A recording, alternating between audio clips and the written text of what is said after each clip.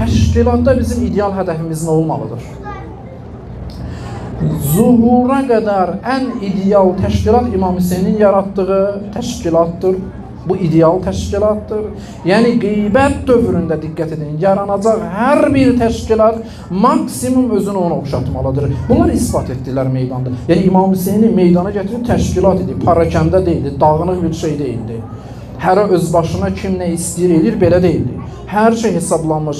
Sən filan məsələyə cavab verirsən, sən filan kəs istəyirsən meydana gedəsən, indi getməyəcəksən, indi get sud alınca, sən filan işi görməlisən, sən filan işi görməlisən. Bu təşkilatdır. Yəni qardaşlıq rabitəsi əsasında ilahi məqsədə çatmaq üçün təşkil olunmuş bir qrup, hədəfi var, proqramı var, şəxslər müəyyən olub, ilahi təşkilatdır.